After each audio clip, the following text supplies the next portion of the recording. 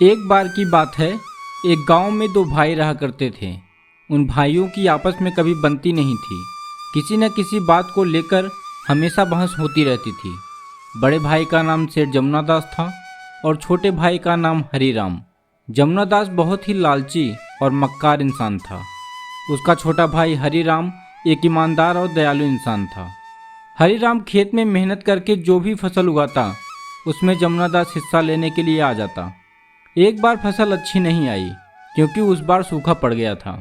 फसल की पैदावार न होने से हरिराम बहुत चिंतित हो उठा।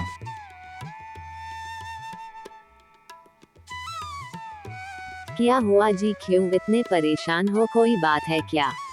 वसुंधरा, इस बार फसल की पैदावार अच्छी नहीं आई है। अगर हमने जमुनादास भाई साहब को इसमें से हिस्सा दे दिया तो हम क्या खाएंगे? हम तो भूखे मर जाएंगे। हाँ, सही कहा।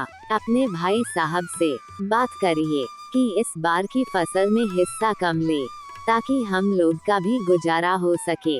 उनका तो बड़ा व्यापार है, उनके पास पैसों की कहाँ कमी है, लेकिन हम लोग का तो बस यही सहारा है। वसुंधरा, तुम नहीं जानती हो भाई साहब को, वो बिना अपना हिस्सा लिए नहीं मानेंगे। अजी, यह कहाँ की दादागिरी है? फसल के लिए मेहनत हम लोग करें और हिस्सा लेने के लिए वह आ जाएं। आप रुकिए, आपसे नहीं हो पाएगा। मैं ही जाकर बात करती हूँ।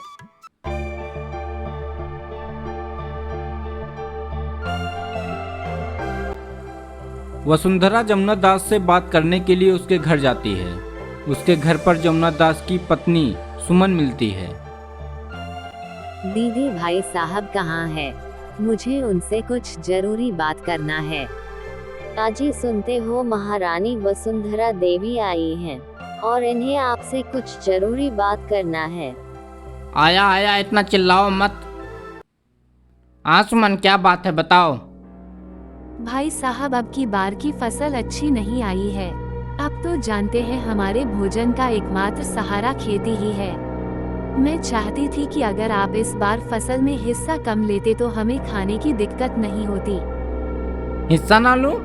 ऐसा कैसे हो सकता है? बल्कि इस बार की पूरी फसल लूंगा, क्योंकि तुम्हारे पति ने मुझसे 500 रुपए कर्जा लिया था, जिसका ब्याज जोड़कर 5000 रुपए हो गया है। इसलिए इस बार की सारी फसल मैं लूंगा। भाई साहब, अगर आप सारे अनाज ले लेंगे तो हम क्या खाएंगे?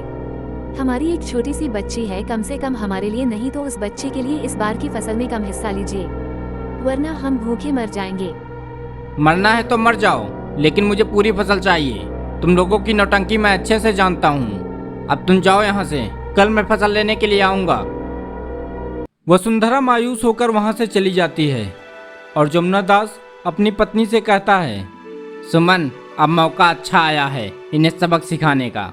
कल मैं जब अनाज लेकर आऊंगा तो देखते हैं ये लोग क्या खाकर जीते हैं।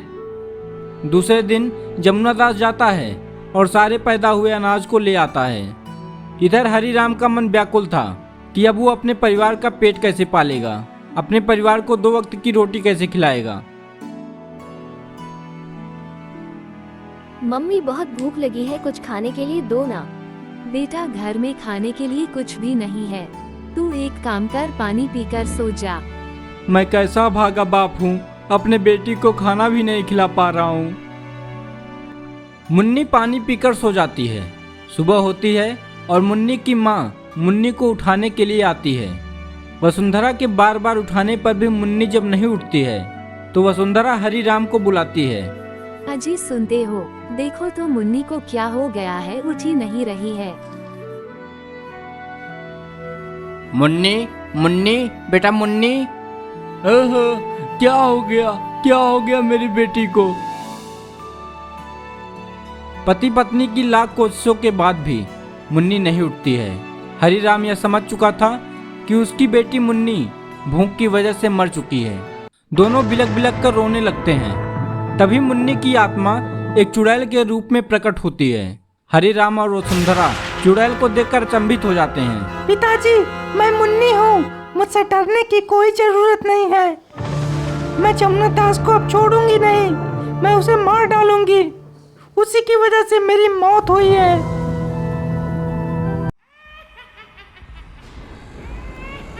चुड़ैल सेठ जमुनादास के घर जाती है और जमुना दास सोफे पर बैठकर आराम से अपनी पत्नी के साथ गप्पे मार रहा था। चुड़ैल को देखते ही जमुना दास के होश उड़ जाते दुष्ट हैं। इंसान, तेरी वजह से मेरी मौत हो गई। मेरे माता पिता भूख से तड़प रहे हैं। अगर तू अनाज ना लेकर आया होता तो आज मैं जिंदा होती।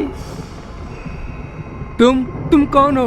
मैंने तुम्हारा क्या बिगाड़ा है? नीच पापी, मैं हरि राम की लड़की मुन्नी हूँ। तेरे लालच की वजह से आज मैं मर चुकी हूँ। आज मैं तुझे जान से मार डालूंगी क्योंकि तेरी वजह से मेरी मौत हुई। नहीं मुन्नी, मेरी बात सुनो। मैं तुम्हारा बड़ा पापा हूँ ना, तुम मुझे कैसे मार सकती हो? तुम चिंता मत करो, मैं तुम्हारे माता पिता को सब अनाज वापस कर दूंगा। तुम्हारे अनाज वापस करने से मैं जिंदा थोड़ी हो जाऊंगी। आज तुम्हें तुम्हारे किए की सजा देकर रहूंगी। फिर मुन्नी अपनी शक्ति से जमुना दास को थोड़ा सा ऊपर उठाकर जमीन पर पटक देती है। जमुना दास की वहीं पर मौत हो जाती है और जमुना दास की पत्नी यह सदमा बर्दाश्त नहीं कर पाती। उसे भी हार्ट अटैक हो जाता है और वो भी गिरकर मर जाती है।